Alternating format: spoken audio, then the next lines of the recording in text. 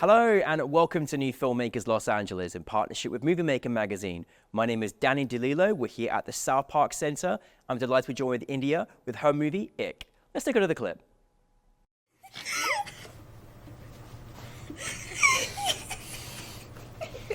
You said be loud.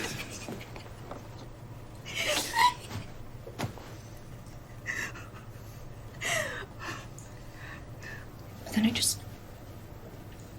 I don't know, I got not into it. Like everything just felt gross. You can't wait for it to feel right. You just gotta take control. India, thank you so much for being here. Coming all the way from Austin, Texas as well, but also very worldly in your life experience. And welcome to the New Filmmakers LA family. Thank you so much for having me. This is so fun. Oh my goodness. Well, listen, we had such a great time last night with your film at the festival. But for those that haven't seen it, tell us a brief synopsis.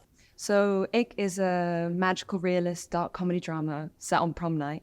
And it follows this young teenage girl with her first encounter with intimacy. And it's sort of about the gap between the fantasy that she's really been fed and the reality of her first time experience. Yeah, it was fantastic. I mean, it really, really was. And I think a film that had so many multi-layers of importance, of education, as well. I mean, I told you last night, I was like, this should be at every high school in the world. Where did it start for you? Where did story start where you're like, I've got to turn this into a film? Well, it kind of started just through conversations, as I feel like any good kind of story does.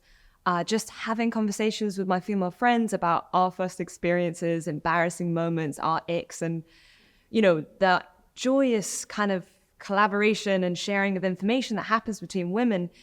I started to kind of get really interested in this idea that there's so much pressure placed on young women, so many expectations, particularly in sort of Western society. And I was really fascinated by that, and I wanted to explore it in sort of in detail. I also am just kind of fascinated by this idea that we're more connected than we've ever been, but yet it's so easy to miscommunicate.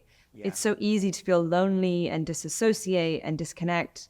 And so I really wanted to sort of bring those ideas to screen.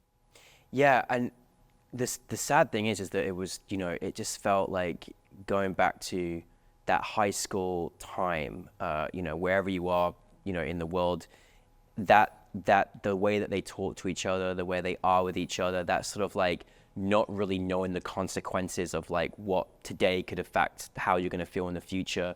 Like you just did that so pinpoint well. Like I was like, oh my goodness, like this is literally how these things evolve and happen. Obviously working with, a young cast, and then also working with a cast which is about, something that they're in those years are going to have to go through in their own experiences as well, in different capacities or places, etc. How was that for you as a director working with your cast, and how did you go about bringing your cast together? Well, I love casting. It's probably one of my favorite parts of the whole process. I was an actor for many, many years. So I try and kind of really approach it with this idea that I know what it's like to be on the other side of the table. I know what it is to sort of audition, especially for those sort of tricky roles. So I had a great time assembling this cast. As a director, I love working with first-time actors. I think there's nothing better. I think, especially for this film, it's all about being really authentic to that sort of high school experience. So we tried really hard to cast people who were very close in age to the characters. I mean, I'm not sure about you, but I watch a lot of coming-of-age films, and when they're a bit too old, it just adds a barrier between the camera and the story, between the audience and the story. So for me, it was really important to find actors who were very close to the lived experience of the characters, and I think we did that. So it meant that, if they had braces, we wanted to see them. If they had spots, we wanted to see them. If they kind of held themselves as if they had grown too fast and they were kind of hunched over, we wanted to see them. We wanted to have a conversation with them. And we were very careful, bringing in their own experiences and their own stories. We're very careful about making sure it was all really safe and enjoyable. And we had an intimacy coordinator for all of the intimate scenes as well. Yeah, and again, I'm so glad that you brought that up last night, because for a film like this, it's very, very important to have, especially with, the age group that you're working with as well. So I was so glad to hear, because I think it really showed, actually. Like, I really was like, this actually is almost so real, but I know that it's had great care in its directing, its producing, and assembling this film together. I honestly think this film has, as I love the kind of magical realism element that you brought into it as well. It was very clever. I was like, what is happening right now? I was like, and I found myself immersed into this thing as well. And just kind of adding the reality of that moment for that, young girl during that time, and this experience, and then the kind of magical realism, which was so wonderfully articulated. What did you want your audience to encapsulate from your film? Well, I think, we really wanted to ground it in female subjectivity. Yeah. So, as you're experiencing things, like, your brain is going so fast, and when you're disassociating, it kind of feels like you're floating above, the action that's kind of happening. So we wanted to capture that. Yeah. So that's why we decided to include the magical realist elements, because in a way it felt more realistic, more true to the actual sort of lived experience of this character. Yeah. We were so worried it wasn't going to work. So I'm so glad to hear that it worked, because when we were on set, my DP and I were like, if this doesn't work, this is going to look real stupid. No. But I think it really captured that feeling when you've kind of said yes to so many small things that as a result, you've kind of lost your power. That often in these gray areas of consent, it's not one big yes or one big no. It's the little things, it's the little decisions, and it's so easy to get swept up and lose a grip on your power. And that was really, we were trying to kind of make a film about that.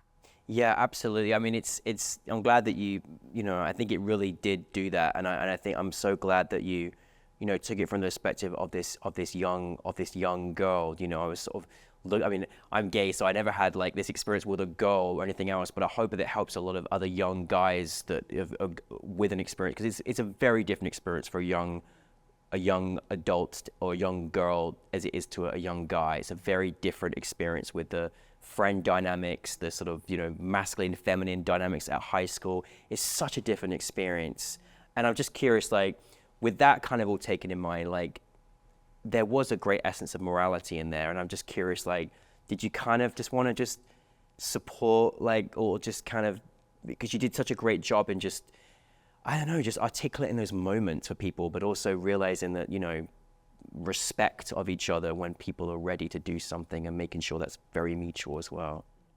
I think it's this idea that there's this huge gap between what we think we should do and what's actually right, and what we actually want to do.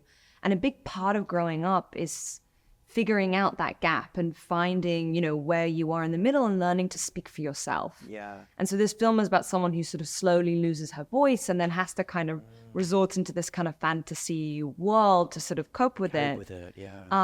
But, you kind of touched on all the different dynamics in the film. And for me, the real love stories between the two female friends, that's the heart. That's, when we were doing chemistry reads, we were doing it for the female friends. Yeah. And this idea that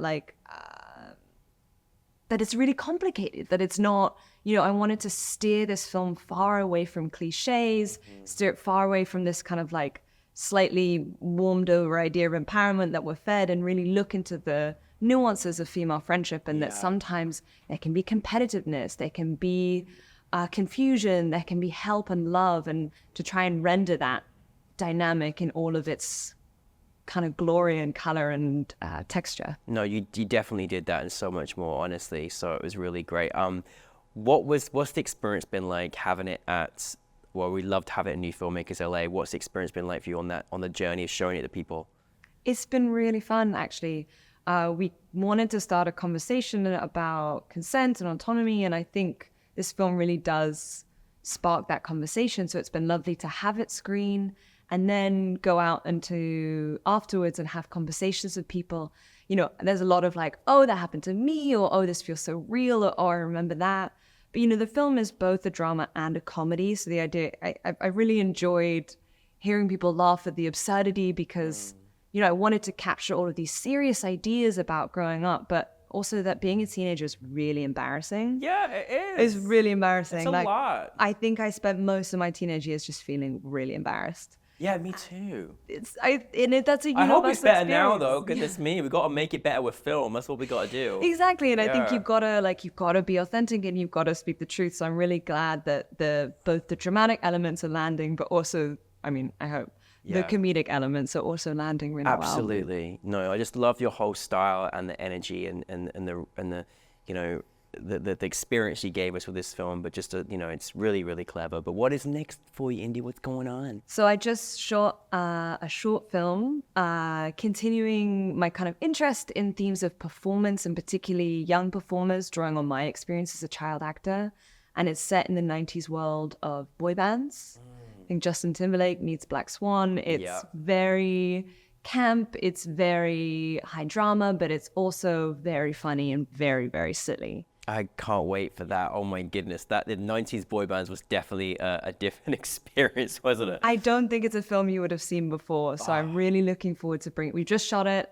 We wrote a whole suite of original 90s music, pop amazing. songs, What? choreography. Oh my goodness. It's got everything, but it's also got this very kind of realistic approach to the problems and taking seriously, the experiences of child actors who are so often the butt of jokes. Yeah. And really kind of trying to be empathetic towards them and kind of bring the audience into their world. Yeah. Well, I'm ready for that. I'm ready to dance and learn some new songs and enjoy this experience you're going to take us on. But listen, thank you so much for bringing Ick to us. Really, really incredible film, important film. And we're looking forward to your next project, Indy. So thank you so much. Thank you so much. Thank you.